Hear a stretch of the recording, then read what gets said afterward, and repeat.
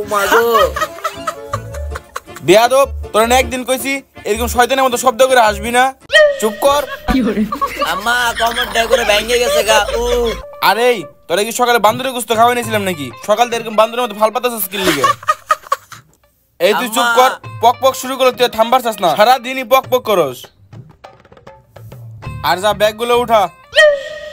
আরে চাচা এই যে ভাড়া নেন। আচ্ছা আপনি কি এলাকায় নতুন আইছেন? আগে তো কখনো আপনার এলাকায় দেখি নাই। হ চাচা নতুন আইছি। আপনার ছোট বলা তো অনেক চঞ্চল, একটা কথা কই। কি কইবেন কোন? পূর্ব পাড়ার ওইদিকে যাইতে দেন না, পাড়াটা বেশি ভালো না, মাঝে মধ্যে পোলাপান গুলো লাশ পাওয়া যায়। তাইলে তো ভালোই হবো, এই দুইটারে ধরে নিয়ে যাক। আমার আর ভালো লাগে না, ওর বাপ বিদেশে কাম করে অনেক শান্তিতে আছে, আর আমার লেগে রাখি কিছু দূরে অশান্তি। দুইটারে ধরে নিয়ে গেলেই আমি বাঁচি। আমি কিন্তু সত্যিই বলতাছি, পোলা দুইটারে দেখে রাখেন, ওই পাড়ায় কিন্তু আসলে লাশ পাওয়া যায়। এই খুনগুলা করে কে? এত বাচ্চা লাশ পাওয়া যাইতেছে, পুলিশ তাকে ধরে না কেন? মানুষ মারলে তো পুলিশে ধরবো। মানুষ মারে না, তাহলে বাচ্চাগুলো মারে কি? আধা কাপড় পরা আত্মা, ওই পূর্ব পাড়ায় একটা পুরান বাড়ি আছে, ওই বাড়িতে ভূত থাকে। দূরমি আপনি জানতো এই ডিজিটাল যুগে ভূতের পেশাল পারতে আইছে। দেখেন গা পুলিশ সবকিছুই জানে, কিন্তু টাকা খেয়ে চুপ করে আছে। জানতো আপনি ভাও পেশাল পারতে আইছে, তাও আবার ভূতের পেশাল পারে। এই ব্যাগ নিয়ে আইতো। কিরে তুই মূর্তির মতো খারাপ স্কিল লেগে তাড়াতাড়ি এদিকে আয়। কিরে ওই আহে না কি লেগে দেখ তোর কি হয়েছে। ভাইয়া তুমি আহো না কে? কিরে ওই কি না হাসতাছস কি লেগে? ওই আম্মা দাও, ভাইয়া ভূতের কথা শুনে মুইতা দিছে। হারামজাদা কাপড় তো তোর দুয়ার লাগে না, তাদের রুমে আয়। আর ব্যাগটা নিয়ে আয়। আম্মা তুমি এলাকায় বাসা নিও না, তুমি অন্য বাসায় নাও। ওই এলাকায় ভূত আছে আম্মা, তুমি এই বাসা নিও না। ব্যাগটা নিয়ে বাসায় আয়। এই তুই আয়। আম্মা আমার কিন্তু এমনই ভয় লাগতেছে, তুমি এই রুমটা আম্মা আজকে দাও, যাইরা ভাইয়া দিও। প্যান বেরা মুইতা দিছে। ভাই এখন আহে না কি লেগে? সেই কখন থেকে দাঁড়াই আছি। দুঃখিত ভাবি, আপনার অনেকক্ষণ দাঁড়াই থাকতে হইলো। তা ভাবি আইতে তো কোনো অসুবিধা হয় না নাই? ভাই আইতে কোনো অসুবিধা হয় নাই, রুম গোছানো হয়েছে তো।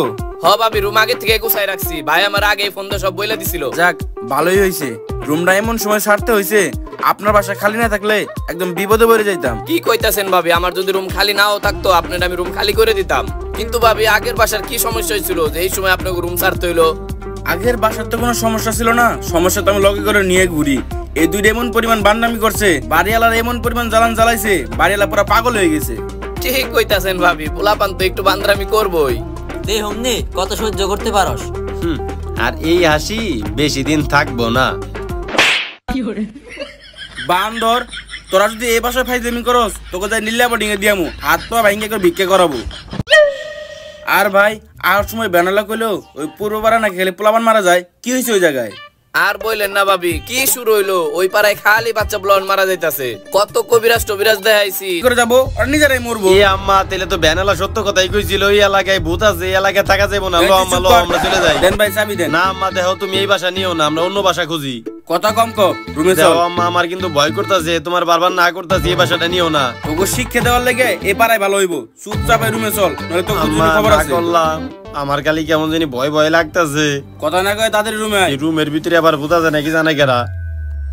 এই আম্মা দেখো এই বাসায় ঢোকার আগে আমার কেমন জানি ভয় লাগতেছে, ভূতে যদি আমার মেরে ফেলায়। এই তুই চুপ কর, আমার হাতে অনেক কাম আছে, আমার সাথে কাম কর। যদি কাম না করস তো দুজনে আমি নিজে মেরে ফেলাবো। দেখো আম্মা তুমি অন্য বাসায় রুম নেও, অন্য বাসায় গেলে আমি সব কাজ করে দিমুনি। আগের বাসায় যে ছিলাম তখন জ্বালানোর সময় তোকে মনে আসছিল না?